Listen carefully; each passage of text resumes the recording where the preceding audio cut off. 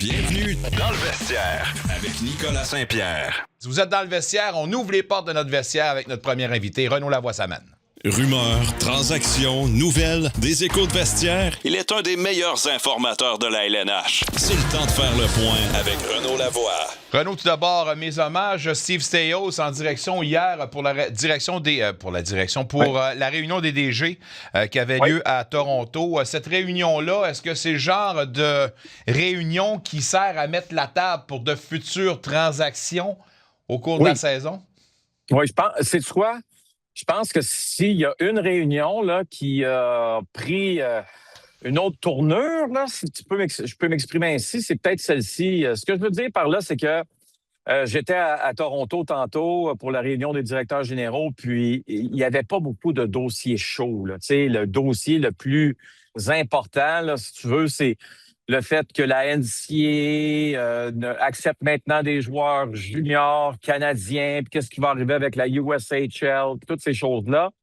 Tu sais, entre toi et moi, là, ça ne change pas grand-chose, si tu veux, dans le quotidien d'un directeur général à l'heure où on se parle, ou d'un entraîneur ou d'un joueur de la Ligue nationale. On n'est pas en train de changer les règlements. Maintenant, comme tu le sais très bien, il y a des formations qui vont moins bien. On peut penser aux Blues de Saint-Louis, entre autres. Alors maintenant, la question, c'est de savoir qu'est-ce que certaines équipes vont faire. Tu sais, des fois, là, Nicolas, ça prend forme avec une simple discussion. C'est dans un tête-à-tête au déjeuner le matin ou la veille hier soir, les gars se rencontrent puis discutent un peu de ce qui se passe dans leur équipe.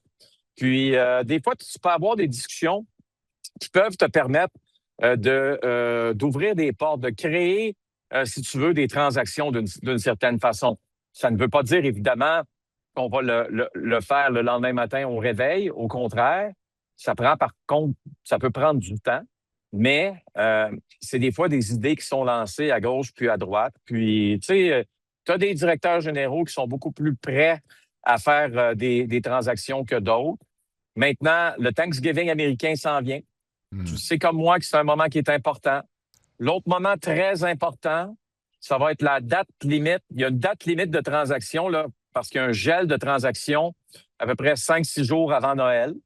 Alors, à partir de ce moment-là aussi, il y a des équipes qui vont accélérer le processus. On peut penser à Alex Carrier, rappelle-toi, l'an dernier, qui avait été échangé le 14 décembre. Mais ces rencontres-là, ces discussions-là, peut-être commencent aussi un mois plus tôt à la réunion des directeurs généraux. Quand Barry Trotz parle à Kent Hughes, puis on s'échange des idées, puis finalement, on se retrouve dans une situation où on accepte une transaction après avoir échangé des idées pendant plusieurs jours, plusieurs semaines. Mais oui, ça peut être ce genre de formule-là. Ce qu'il faut éviter comme transaction, c'est dans ce genre de réunion-là, c'est déjà arrivé, ce que je te raconte là est vrai. Directeur général des Expos, directeur général des Dodgers, à l'époque d'Éric Gagné, en vire une sincère. OK? Et s'entendre sur une transaction impliquant Éric Gagné aux Expos. Le lendemain matin, le directeur général des Expos se lève en disant « Parfait, on va régler tout ça. Là. Éric Gagné s'en vient à Montréal. » Là, les Dodgers disent « Ah, non, hier, on a bu. Là, ça compte pas, cette histoire-là. Là. » T'imagines-tu? Wow. Ça, c'est des histoires vraies. Je suis pas sûr qu'en 2025, on pourrait voir ça encore, mais c'est une histoire vraie. J'ai l'impression que c'est le genre d'histoire qui se réglerait avec une pléiade d'avocats de nos jours, mon cher ami. Il y a la série Global de la Ligue nationale de hockey qui se poursuit. D'ailleurs, les équipes sont dirigées vers la Suède. Dans le même ordre d'idées, la Ligue a annoncé qu'elle allait mettre sur pied, en fait, qu'elle a ouvert depuis août dernier son bureau à Zurich. Donc, la Ligue nationale de hockey met ce gros orteil-là dans le territoire européen. Quel est le but, selon toi, de cette initiative de la Ligue? Bien, premièrement, la Coupe du monde. Pourquoi je parle de la Coupe du monde? C'est parce que c'est un projet de la Ligue nationale qu'on tient à cœur, puis il va y avoir des villes européennes qui vont être impliquées dans la Coupe du monde qui va avoir lieu l'an prochain. OK? Donc, est-ce que c'est l'an prochain ou en 2028? Je pense que c'est en 2028. Oui. OK? Exact. Donc, c'est important d'avoir des gens sur place qui sont capables, justement, qui connaissent très bien l'Europe et qui sont capables de communiquer avec les différentes organisations. C'est facile de dire on peut faire ça de New York, de Toronto, où la Ligue a des bureaux encore à Montréal, mais c'est aussi bien d'avoir des boots on the ground, comme on dit, là, des chaussures sur le plancher là-bas pour avoir des gens qui ont une meilleure connaissance. Il y a un intérêt, Nicolas, pour le hockey de la Ligue nationale là-bas, on le sait. Je vais te donner, pas un scoop, mais aujourd'hui, je me suis fait quand même confirmer du fonctionnement de la Coupe du Monde. La Coupe du Monde, là, on va arrêter, si tu veux, le temps dans la Ligue nationale, comme on le fait pour les Jeux olympiques. Ça risque d'être un beau 2 semaines et demie, 3 semaines. Moi, dans ma tête, là, de l'INOC, je peux me dire, de l'INOC, dans ma tête de l'INOC, je pensais, Nicolas, que quand on a dit on fait la Coupe du Monde, puis on va aller en Europe, dans ma tête, c'était parfait. La portion européenne, on va la faire à quelque part au début du mois de septembre, avant le début de la saison. Les équipes qui vont sortir d'un tournoi, si tu veux, du côté de l'Europe, gagnants vont affronter les États-Unis puis le Canada au mois de février 2028. Non, ce n'est pas comme ça que ça va avoir lieu. Et c'est ça qui m'a surpris. On va commencer un tournoi en Europe et on va commencer un tournoi en Amérique du Nord, puis les équipes vont se rejoindre, les équipes gagnantes vont se rejoindre à un certain moment. Donc, tu vois, Nicolas, on va utiliser une formule hybride des Jeux olympiques, parce qu'aux Jeux olympiques, il y a juste un site, évidemment. Là, il va y avoir probablement 2 sites, un en Europe, un en Amérique du Nord. Puis, on va bâtir ce tournoi-là de cette façon-là. Chapeau à la Ligue nationale, parce que la Ligue nationale, au lieu de dire non, notre tournoi, nous autres, va durer 1 semaine, c'est mieux d'aller vite, on va prendre le temps de permettre aux équipes de jouer ce tournoi-là qui risque, selon moi, d'être très relevé. Ce que je souhaite personnellement, et ce que la Ligue nationale ne dira jamais à Nicolas, parce qu'elle ne peut pas le faire présentement, mais tout le monde souhaite que la formation russe soit en mesure de disputer ce tournoi. Ben, pour avoir vraiment de la crédibilité à ce tournoi-là, ça prend une participation de la Russie. Et tant qu'à moi, la Ligue, avec cette Coupe du Monde-là, dans toutes les années, il y a toujours quelque chose qui a rendu ce tournoi-là un petit peu plus boboche. Lâchez-moi les gamiques de l'équipe U20 ou 22, 23. Mettez-moi 8 équipes avec des équipes nationales, puis prenez votre temps pour faire de quoi de potable. Retournons à nos moutons. Les Stars de Dallas sont en ville. Glenn Gulutzon, deuxième retour pour lui derrière le banc. Une équipe mature, qu'on dit, une équipe pesante, une équipe qui semble prête pour encore une fois aspirer aux grands honneurs. Or, si on regarde la fiche des Sénateurs à leurs 10 derniers, c'est identique à celle des Stars. Je te pose la question, vois-tu des similitudes entre les deux programmes? Ben, oui. Selon moi, il y en a un qui va mieux que l'autre. Là, tu vas me dire lequel. C'est celui des Sénateurs d'Ottawa.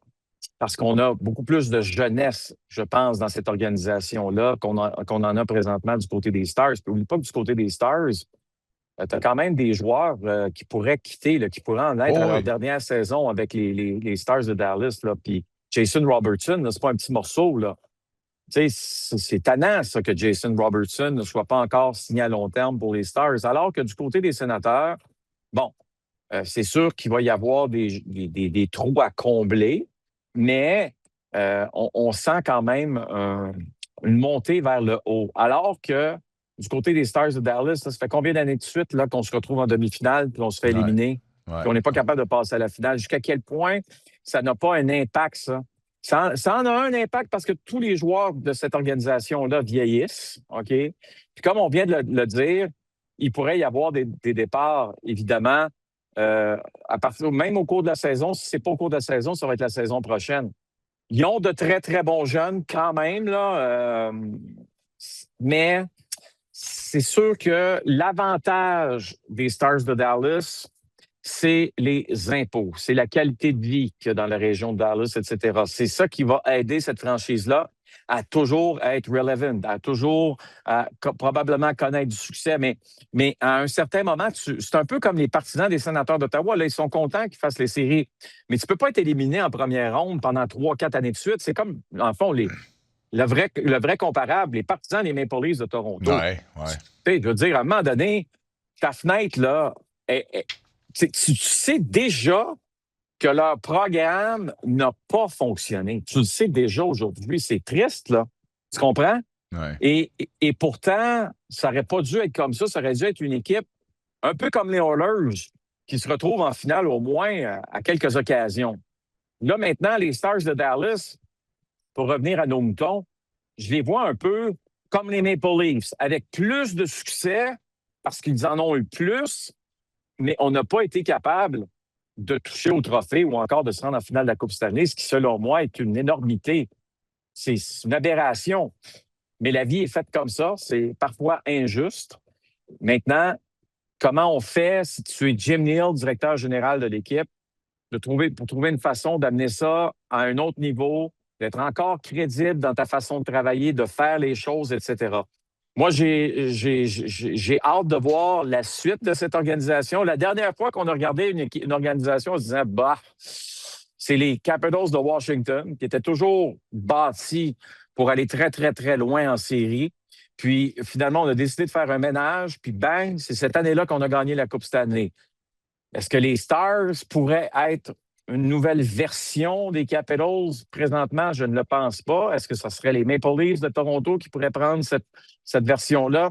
Bref, je pense que ça va être tout un match de hockey ce soir à Ottawa parce que j'ai hâte de voir justement comment les Sénateurs vont jouer cette rencontre-là. Le capitaine n'est pas là, comme tout le monde le sait, mais malgré des matchs où ça va un peu moins bien, les Sénateurs, sans leur capitaine, jouent du très, très bon hockey. Et une fenêtre d'opportunité qui se referme petit à petit pour les Stars de Dallas. Bon match ce soir, les Kings sont en ville à Montréal contre les Canadiens avec un Luc Robitaille, ma foi. À l'entendre parler cette semaine, je suis en train de me dire qu'il n'est pas en train de se préparer une job avec le Canadien. On en parlera un autre tantôt. Mais Renaud, bon match ce soir, on s'en parle jeudi. Un retour sportif 100% local dans le vestiaire avec Nicolas Saint-Pierre.